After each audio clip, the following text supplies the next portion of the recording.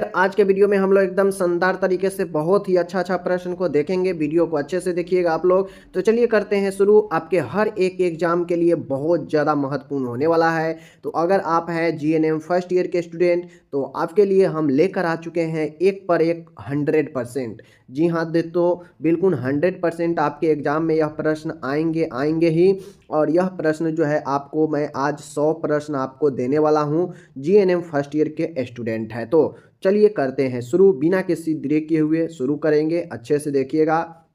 मेरा मकसद है कि आप लोग को ऐसा ऐसा प्रश्न लाया जाए जो आपके एग्जाम के लिए काफ़ी हो। तो इसी प्रकार से ये प्रश्न लेकर आए हैं। अच्छे से देखिएगा। ऑब्जेक्टिव टाइप क्वेश्चन है जो आपको फर्स्ट ईयर में भी बहुत ज़्यादा मदद करेगा एग्जाम में। और इसीलिए हम एक वीडियो में 100 प्रश्न लेकर आए हैं। वीडियो थोड़ा बड़ा होगा तो इसको इग्नोर कीजिएगा, बट यह 100 प्रश्न आपके जीवन को खोल सकता है। बहुत ही अच्छा प्रश्न, यहाँ पे कॉन्सेप्ट भरा प्रश्न सब लेकर आए हैं, समझ गए। तो चलिए करते हैं हम लोग यहाँ पे शुरू बिना किसी देरी किए हुए। माय डियर, हमारे सामने पहला प्रश्न है। प्रश्न कहता है कि डैश का टीका टीबी के रोकथाम के लिए किया जाता है। कौन सा टीका है? तो वह बीसीजी टीका है जो टीबी के लिए रोकथाम में काम में आता है, समझ गए।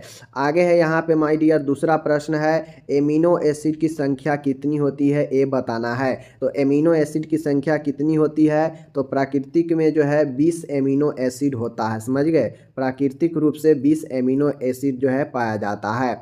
तीसरा प्रश्न है, कहता है पीईएम का फुल फॉर्म बताइए। P for protein, E for energy, M for malnutrition. यानी प्रोटीन और एनर्जी दोनों के कमी से जो कुपोषण होता है उसे प्रोटीन एनर्जी कुपोषण कहते हैं, जिसमें क्वास्कियोर और मरासमस दोनों आता है, समझ गए। चौथा प्रश्न है यहाँ पे, यूनिसेफ का प्रधान कार्यालय यानी हेड क्वार्टर कहाँ पे है? तो आपको पता है यूनिसेफ जो है एक हेल्थ के सेक्टर में काम करने वाला है जो बच्चों के लिए बहुत ज़्यादा हेल्पफुल काम करता है स्वास्थ्य के क्षेत्र में। इसका मुख्यालय न्यूयॉर्क अमेरिका में है, इसको ध्यान दीजिएगा। आगे है प्रश्न है यहाँ पे पांचवा प्रश्न है, ट्यूबरकुलोसिस डैश के कारण होती है। ट्यूबरकुलोसिस वही टीबी रोग जो है किसके कारण होती है? तो टीबी रोग माइकोबैक्टीरियम ट्यूबरकुलोसिस जीवाणु के द्वारा होता है। यह बैक्टीरिया का नाम है, ध्यान दीजिएगा। माइकोबैक्टीरियम ट्यूबरकुलोसिस के कारण टीबी होते हैं अपन का। आगे है, फाइलेरिया की बीमारी डैश के मच्छर से काटने से होता है। तो देखिए जो फाइलेरिया होता है, कहीं कहीं आपको फाइलेरियासिस भी लिखा रहेगा जिसे हाथी पांव कहते हैं। यह क्यूलेक्स मच्छर के काटने से होता है, समझ गए। इस चीज़ को ध्यान में रखना है आपको, ओके। आगे है सातवां है, कहता है WHO का फुल फॉर्म जो है क्या होता है? तो यहीं पे देख लीजिए, WHO का फुल फॉर्म होता है वर्ल्ड, समझ गया, वर्ल्ड हेल्थ, समझ गए, वर्ल्ड हेल्थ ऑर्गेनाइजेशन। आपको ये पता है, समझ गए। आगे है माय डियर आठवां प्रश्न है, अच्छा प्रश्न है। WHO की स्थापना कब हुई थी? तो माय डियर WHO की स्थापना 1948 7 अप्रैल, समझ गए, 7 अप्रैल 1948 को जो है की गई थी। इसका मुख्यालय कहाँ है? कमेंट करके बताइए। सूखा रोग डैश की कमी से होता है, पढ़ा चुके हैं पहले भी कि सूखा रोग जो होता है प्रोटीन और एनर्जी के कमी से होती है, जिसे प्रोभूजिन ऊर्जा कहते हैं, समझ गए, प्रोभूजिन ऊर्जा कहते हैं। सूखा रोग इसी प्रोटीन एनर्जी के कमी से होता है, जिसमें जो है बॉडी में कोई मांस नहीं दिखता है, पूरा चीज़ सूखा सूखा। राष्ट्रीय परिवार नियोजन यानी नेशनल फैमिली प्लानिंग कार्यक्रम की शुरुआत भारत में किस वर्ष में आरंभ हुई थी? जिसका लक्ष्य था जन्म दर को घटाना, समझ गए। जन्म दर को घटाना मतलब बच्चा पैदा कम हो, इसके लिए यह परिवार फैमिली प्लानिंग कार्यक्रम शुरू की गई थी, समझ गए। इसका लक्ष्य क्या था? तो जन्म दर को घटाना। यहाँ पे लक्ष्य भी पूछ देगा कि ये परिवार नियोजन जो शुरू किया गया था इसका लक्ष्य क्या था निम्न में से? तो जन्म दर को घटाना इसका लक्ष्य था, समझ गए। चूँकि जन्म दर बहुत ज़्यादा बढ़ रहा था इंडिया में, अभी भी बढ़ ही रहा है। 1952 में फैमिली प्लानिंग की शुरुआत की गई। आगे है, कहता है मलेरिया किसके कारण होता है? तो चूँकि मलेरिया आप लोग को पता है कि यह एक परजीवी के कारण होता है। कौन सा परजीवी? प्लाज्मोडियम के कारण होता है, समझ गए। प्लाज्मोडियम पैरासाइट के कारण होता है। प्लाज्मोडियम, समझ गए, याद रखिएगा, प्लाज्मोडियम पैरासाइट के कारण होता है जो एक परजीवी है, समझ गए। आगे है यहाँ पे देखिएगा, कहता है 12 नंबर का प्रश्न, पीने के पानी में फ्लोराइड का अनुकूल ऑप्टिमम स्तर डैश मिलीग्राम प्रति लीटर होता है। माय डियर, कहता है कि पीने की पानी में अगर आपका फ्लोराइड नहीं रहेगा तो दंत क्षय हो जाएगा, समझ गए, दांत में समस्या होगा। लेकिन एक स्तर तक ही फ्लोराइड होना चाहिए, इस स्तर से अगर ज़्यादा है तो फिर भी दिक्कत करेगा। तो ये 1.5 मिलीग्राम से ज़्यादा जो है आपके पानी में स्तर पर लीटर नहीं होनी चाहिए। 1.5 मिलीग्राम पर लीटर से अगर ज़्यादा फ्लोराइड है तो फिर वह पीने लायक नहीं है, समझ गए, घातक है। आगे है, आटा, चावल और आलू में मुख्य रूप से क्या पाया जाता है। तो माय डियर, आटा हो, चावल हो और आलू हो, ये तीनों में मुख्य रूप से जो है शर्करा पाया जाता है, समझ गए, शर्करा, कार्बोहाइड्रेट पाया जाता है, याद रखिएगा। आगे है, कहता है 14 नंबर प्रश्न है, ग्रामीण जनसंख्या रूरल पॉपुलेशन की देखभाल डैश के लिए की जाती है। गांव जनसंख्या की देखभाल किस लिए की जाती है, वहाँ पे स्वच्छता और स्वास्थ्य शिक्षा का अभाव होता है, इसीलिए गांव के जनसंख्या को ज़्यादा देखभाल की जरूरी होती है। 15 नंबर का प्रश्न है, लौह के 2 प्रमुख स्रोत क्या है। आयरन के 2 प्रमुख स्रोत क्या है, पालक और मांस में बेहतरीन जो है आयरन पाया जाता है, समझ गए। 16 नंबर है, फल और सब्जियों में डैश पाए जाते हैं। फल और सब्जियों में क्या पाए जाते हैं, तो इसमें खनिज, विटामिन, लवण काफ़ी ज़्यादा जो है फल और सब्जी में पाया जाता है। लौह क्या है, लौह एक जो है हमारा जो है क्या है, खनिज ही है, समझ गए ना। विटामिन भी पाया जाता है, तो ये फल सब्जियां में खनिज और विटामिन भरपूर मात्रा में होता है।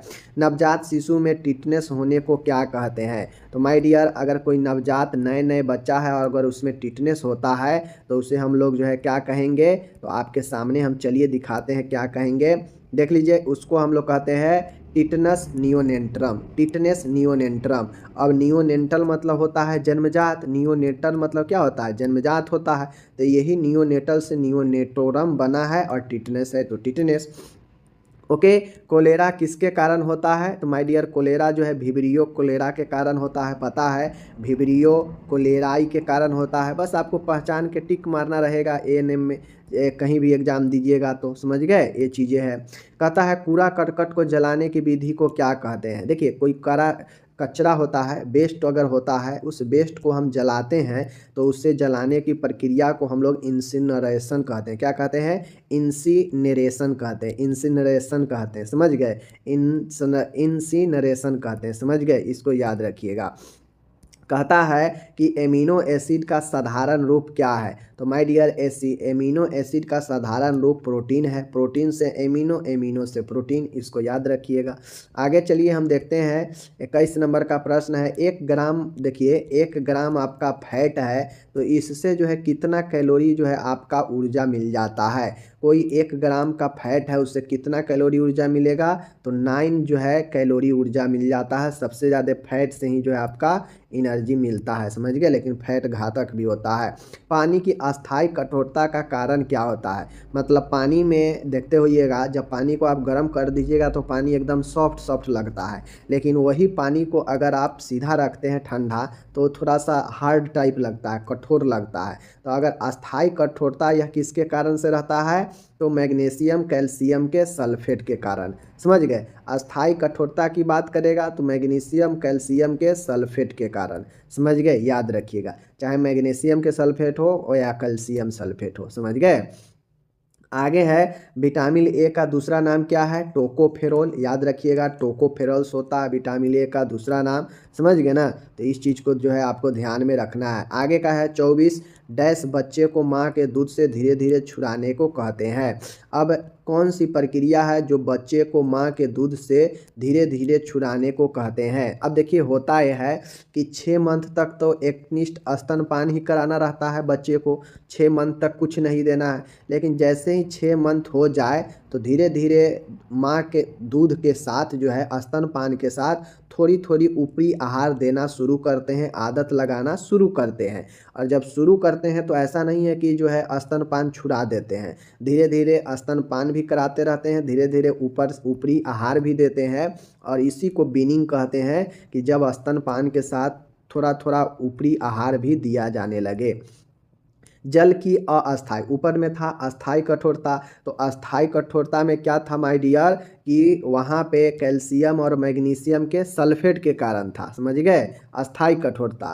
लेकिन यहाँ पे अस्थाई कठोरता जो होता है वह कैल्शियम और मैग्नीशियम के ही बाइकार्बोनेट के कारण है। अस्थाई रहेगा तो बाइकार्बोनेट के कारण, और अस्थाई कठोरता रहेगा तो सल्फेट के कारण। बाकी दोनों कंडीशन में कैल्शियम और मैग्नीशियम ही होता है। ओके, बस कॉमन यही है। 26 है, डैश टीका क्षय रोग के रोकथाम के लिए है, BCG टीका, समझ गए, पता है आपको। कहता है कि विश्व स्वास्थ्य संगठन की स्थापना किस वर्ष में की गई थी, तो अभी बताए हैं 7 अप्रैल 1948 को की गई थी, इसको याद रखना है, समझ गए।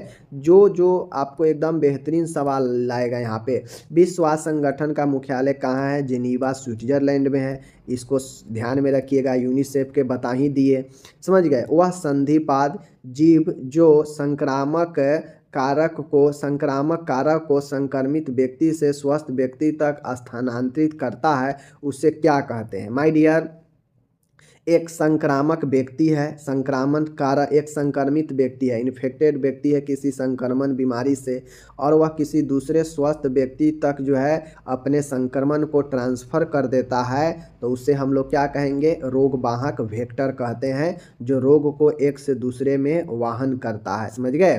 संतुलित आहार में देख लीजिए, कहता है कि संतुलित आहार में सेलुलोज एक रफेज खाद है और यह डैश रोग को होने से रोकता है। तो जो सेलुलोज होता है ना माय डियर, तो यह सेलुलोज कब्ज को जो है कम करता है, समझ गए, कब्ज को रोकता है, तो वही हमारा राइट आंसर होगा, कॉन्स्टिपेशन। पाश्चुराइजेशन प्रक्रिया से सुरक्षित पीने योग्य डैश को बनाया जाता है, तो पाश्चीकरण जो होता है, पाश्चुराइजेशन जिसे कहते हैं, तो इस प्रोसेस के जरिए जो है हम दूध को जो है पीने लायक सुरक्षित करके रखते हैं। जो बड़े बड़े पैकिंग होके दूध जो जाता है, सप्लाई होता है मार्केट में, वह पाश्चुराइज के बाद ही रहता है। प्रभुज प्रोटीन, वसा और शर्करा कार्बोहाइड्रेट को 10 कहते हैं, बल्कि फूड कहते हैं, प्रधान भोजन कहते हैं। जिस भोजन में प्रोटीन हो, वसा हो, कार्बोहाइड्रेट हो, इसे बल्कि फूड, प्रधान भोजन कहते हैं। ओके, आगे है 33 नंबर का, 5 वर्ष से कम आयु के बच्चे का कुल जनसंख्या 10% होता है, तो आपको बताना है। यह प्रश्न को मैं यहाँ पे खाली छोड़ा हूँ, आंसर को आपको कमेंट करके बताना है, कहीं से भी आप कमेंट सर्च करके बताइए, लेकिन बताइए ज़रूर, क्योंकि कहीं से सर्च करके आप बताइएगा तो कुछ ना कुछ तो नया चीज़ ज़रूर सीखिएगा। तो आपको ये ज़रूर बताना है कि 5 वर्ष से कम आयु के बच्चों का कुल जनसंख्या 10% होता है, कितना परसेंट आपको बताना है, समझ गए।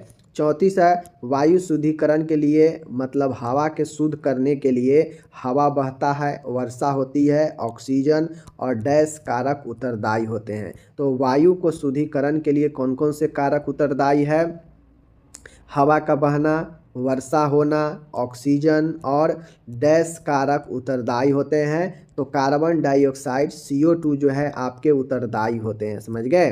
आगे है, कहता है घेंघा रोग ग्वाइटर किसके कमी के कारण होता है, आयोडीन की कमी के कारण होता है, पहले से आप लोग को पता ही है, समझ गए। आगे चलिए, एक एक चीज़ आपको अच्छे से पढ़ाएंगे। देखिए, पोलियो डैश के कारण होता है, सबसे पहले समझिए पोलियो वायरस के कारण होता है, और पोलियो वायरस जो है वह RNA प्रकार के वायरस है, समझ गए, इसको ध्यान में रखिएगा। आगे है, जल की अस्थायी कठोरता का कारण क्या होता है, अभी ऊपर में बताए हैं, कैल्शियम या मैग्नीशियम के बाइकार्बोनेट लगा रहेगा तो वह अस्थायी कठोरता होगा, समझ गए। इस बाइकार्बोनेट के कारण अस्थायी कठोरता होगा जल में, और अगर सल्फेट रहता, मैग्नीशियम सल्फेट रहता या कैल्शियम सल्फेट रहता, तो वहाँ पे जल की जो है क्या होता, अस्थायी कठोरता हो जाता, समझ गए। कहता है ध्वनि को मापने वाली यूनिट डैश कहते हैं, ध्वनि को किस यूनिट से मापते हैं, डेसिबल में मापते हैं, समझ गए। याद रखिएगा ये सब चीज़ें को, समझ गए, ये सब बहुत ही अच्छा पूछा जाता है। बेरी किसकी कमी से होता है, विटामिन B1 की कमी से होता है। 40 है, विटामिन H का दूसरा नाम क्या है, बायोटीन है, पता होनी चाहिए, विटामिन H का रासायनिक नाम बायोटीन है।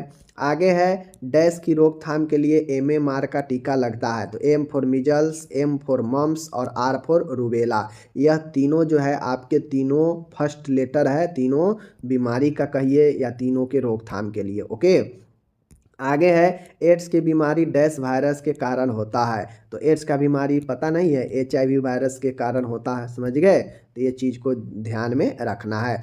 अब यहाँ पे है कहता है यूनिसेफ का पूरा नाम बताएं। तो यूनिसेफ का U for United, N for Nations, I for international,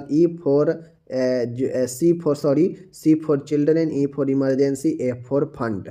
U for United, समझ गए, N for Nations, N for Nations, I for international, C for children, E for emergency, F for fund. ध्यान से देख लीजिए, ये सब पूछे जाते हैं।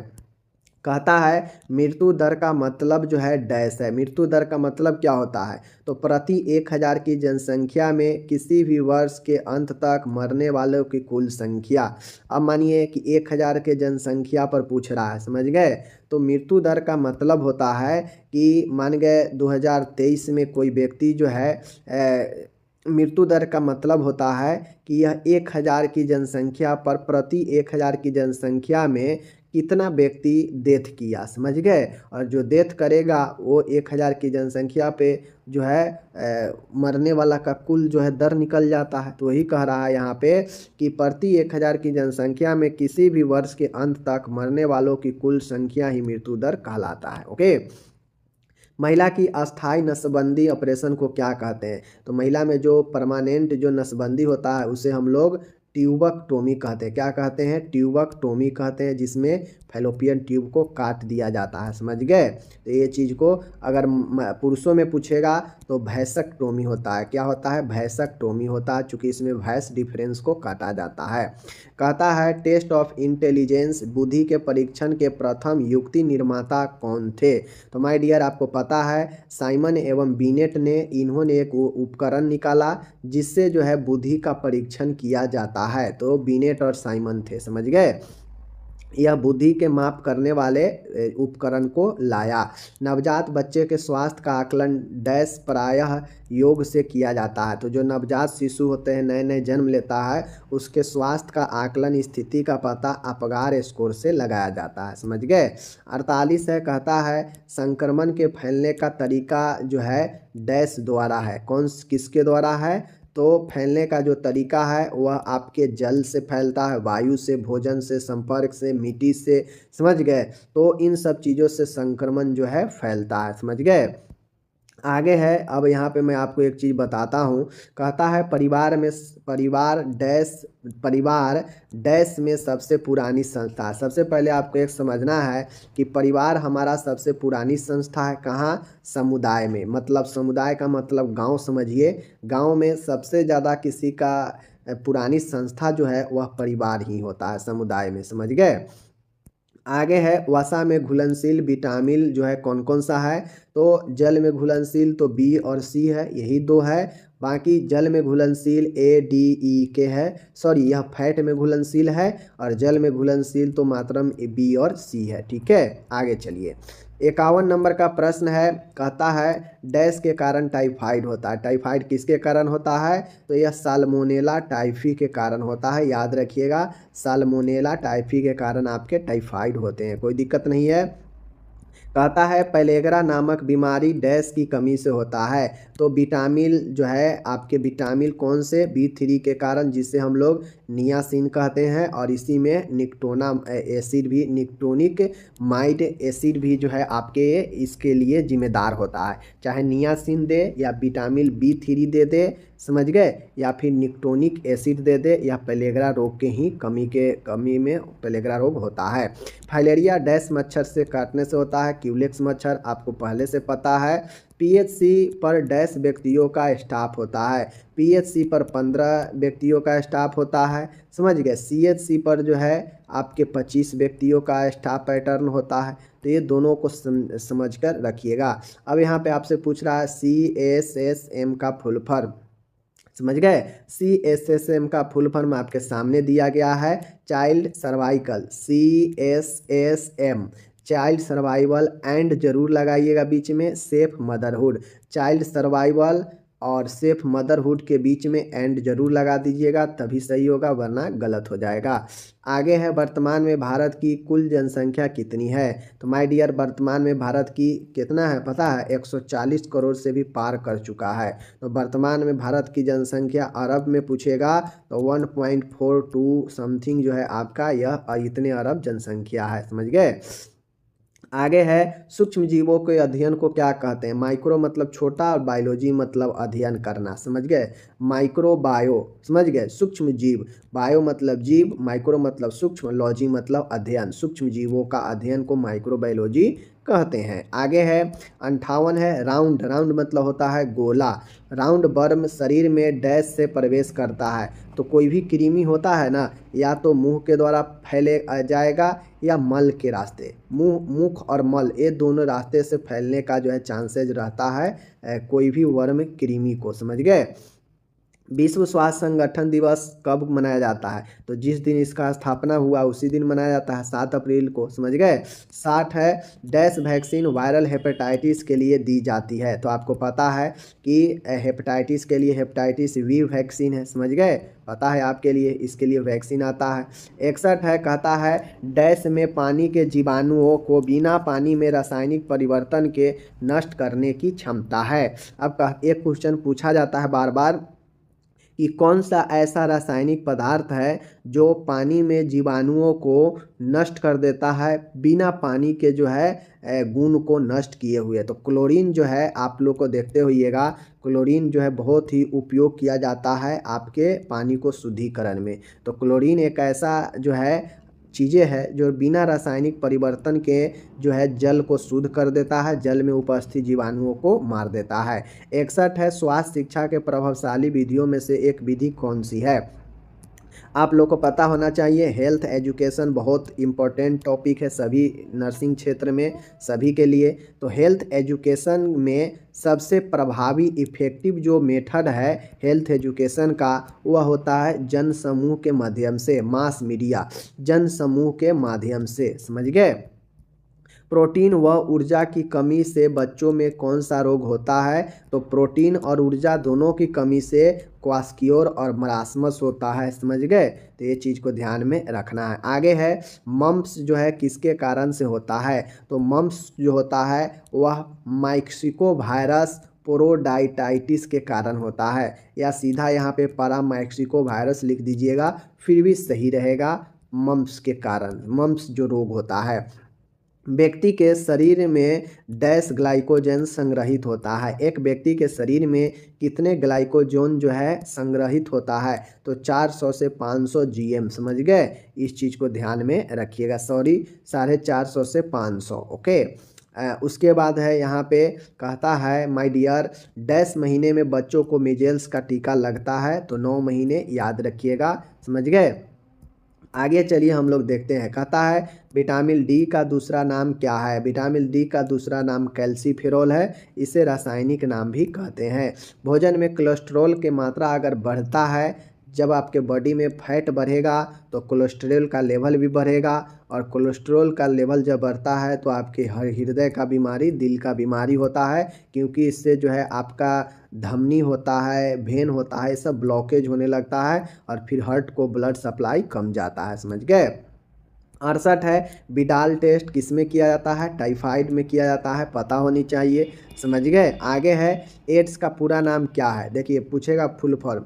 एड्स का पूरा नाम एक्वायर्ड एमिनो डिफिशियंसी सिंड्रोम होता है। क्या होता है। एड्स का full form acquired amino deficiency syndrome होता है, इसको याद रखिएगा, समझ गए।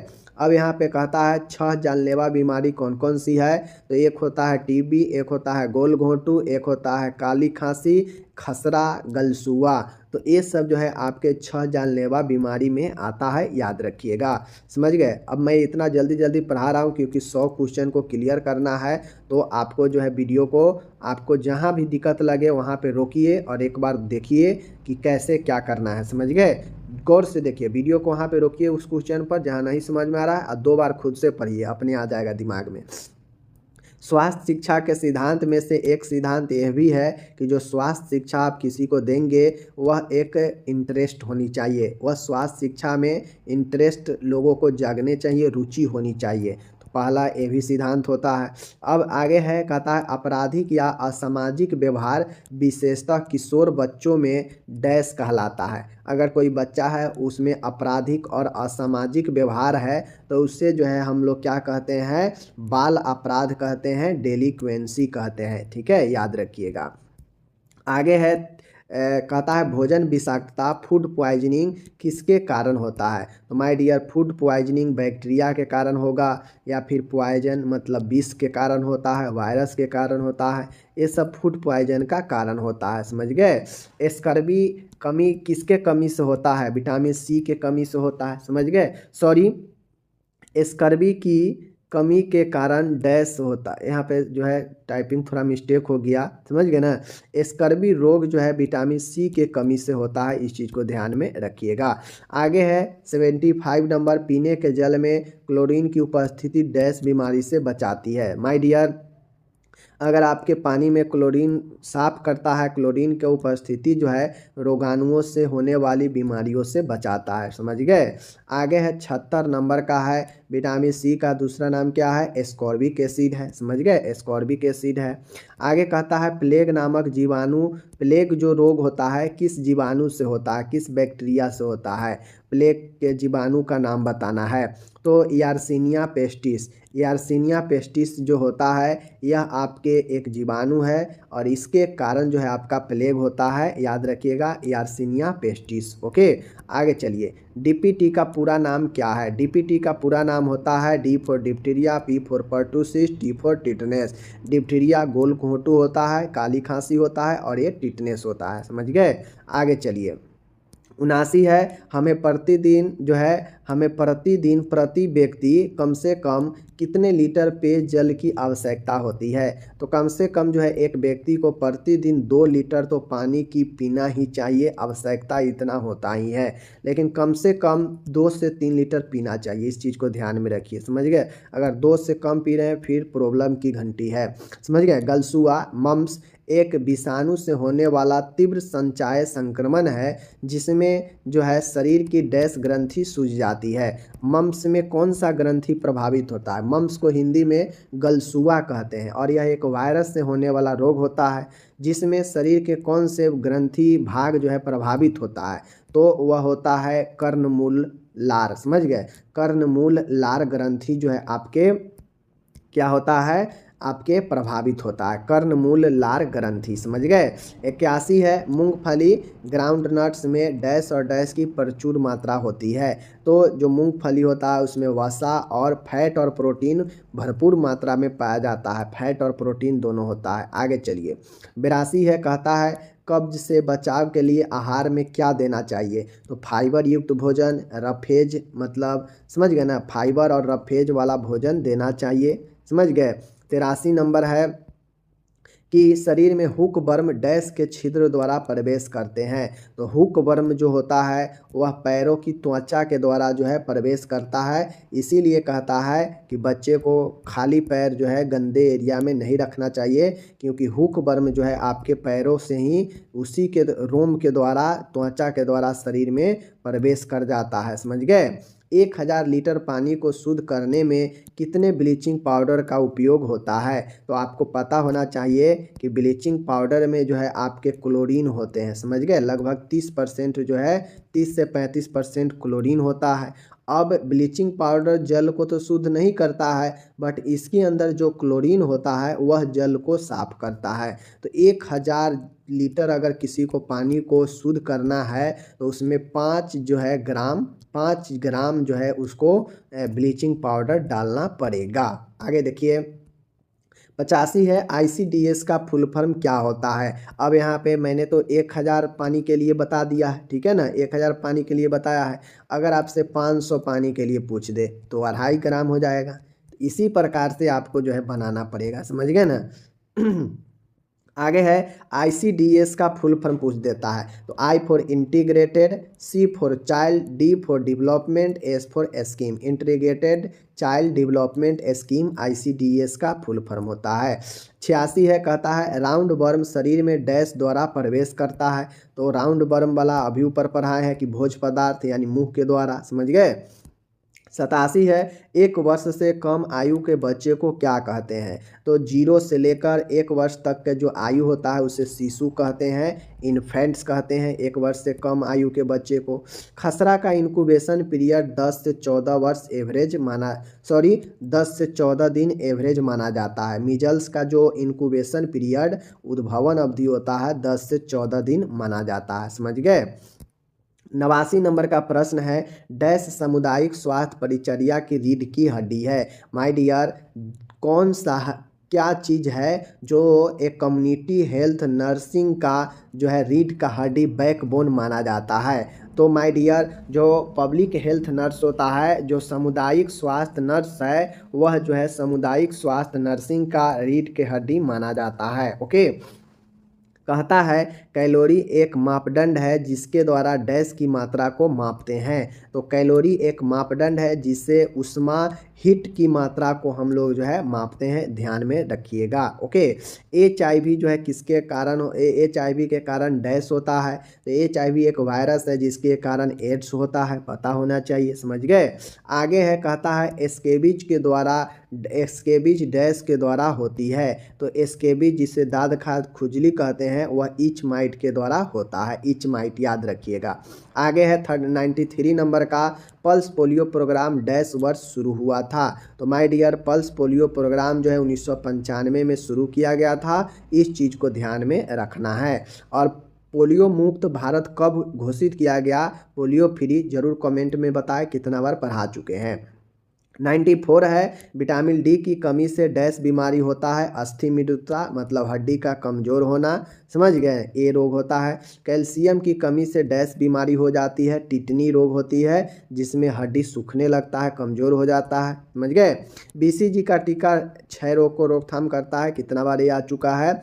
मंद रेत फिल्टर में मतलब स्लो रैपिड फिल्टर में, स्लो सैंड फिल्टर में डैश मुख्य निस्कंदन माध्यम है। जैविक परत जो होता है यह मुख्य रूप से जो है आपका क्या करता है, मुख्य रूप से जो जैविक परत है यही आपका निस्यंदन का काम करता है, फिल्टर का काम करता है स्लो सैंड फिल्टर में। ओके, कहता है हुक वर्म के 2 प्रकार डैश होते हैं, हुक वर्म के 2 प्रकार कौन कौन से हैं, तो हुक वर्म का 2 प्रकार जो है वह एंसाइलोस्टोमा ड्यूडेनेली एंड नेक्टर अमेरिकेनस, नेक्टर अमेरिकेनस और एंसाइलोस्टोमा ड्यूडेनेली, इसको अच्छे से आप लोग देख लीजिएगा, याद हो जाएगा, समझ गए। देख लीजिए, एंसाइलोस्टोमा, एंसाइलोस्टोमा ड्यूडेनेली एंड नेक्टर अमेरिकेनस, यह 2 हुक वर्म का एग्जाम्पल है। 99 नंबर है, वसीय अम्लों फैटी एसिड के अपूर्ण ऑक्सीकरण द्वारा कीटोन बॉडीज का शरीर में अधिक होना क्या कहलाता है। माय डियर, वसीय अम्लों फैटी एसिड के अपूर्ण ऑक्सीकरण मतलब पूर्ण तरीके से जो है फैटी एसिड का ऑक्सीकरण नहीं होता है, तो इसके द्वारा कीटोन बॉडीज का शरीर में अधिक हो जाना क्या कहलाता है, कीटोसिस कहलाता है, समझ गए। यानी कीटोन बॉडीज का बॉडी में अधिक हो जाना क्या कहलाता है, कीटोसिस कहलाता है। ओके, तो यहाँ पे देख लीजिए लास्ट प्रश्न है 100वां नंबर, व्यक्ति की ध्वनि सहन करने की क्षमता डैश तक होती है। देखिए, सुनने की क्षमता तो जो है आपका होता है ज़्यादा, बट 85 से ज़्यादा जो होता है यह व्यक्ति के लिए हानिकारक माना जाता है, तो एक व्यक्ति के लिए 85 डेसिबल ही जो है बेस्ट होता है, इतना ही तक, इससे ज़्यादा जो है हानिकारक होने लगता है, समझ गए। यानी हानिकारक कब होता है, जब वह बर्दाश्त से बाहर हो जाएगा, तो 85 डेसिबल तक व्यक्ति के लिए कंफर्ट होता है, इसके बाद जो है वह हानिकारक होने लगता है। तो यह आज का हमारा 100 प्रश्न, जिसको हम बड़ी तेज़ी के साथ आपको 30 मिनट के अंदर में मैंने आपको आज 100 प्रश्न सिखाया। बहुत सारे एग्जाम में आपको बार बार पूछे जाएंगे इसमें से, तो आप लोग ज़रूर इस वीडियो को ध्यान से देखिएगा। मिलेंगे अगले वीडियो में, ध्यान दीजिएगा, तब तक के लिए टेक केयर, आप सभी अपना ख्याल रखिए, बाय बाय।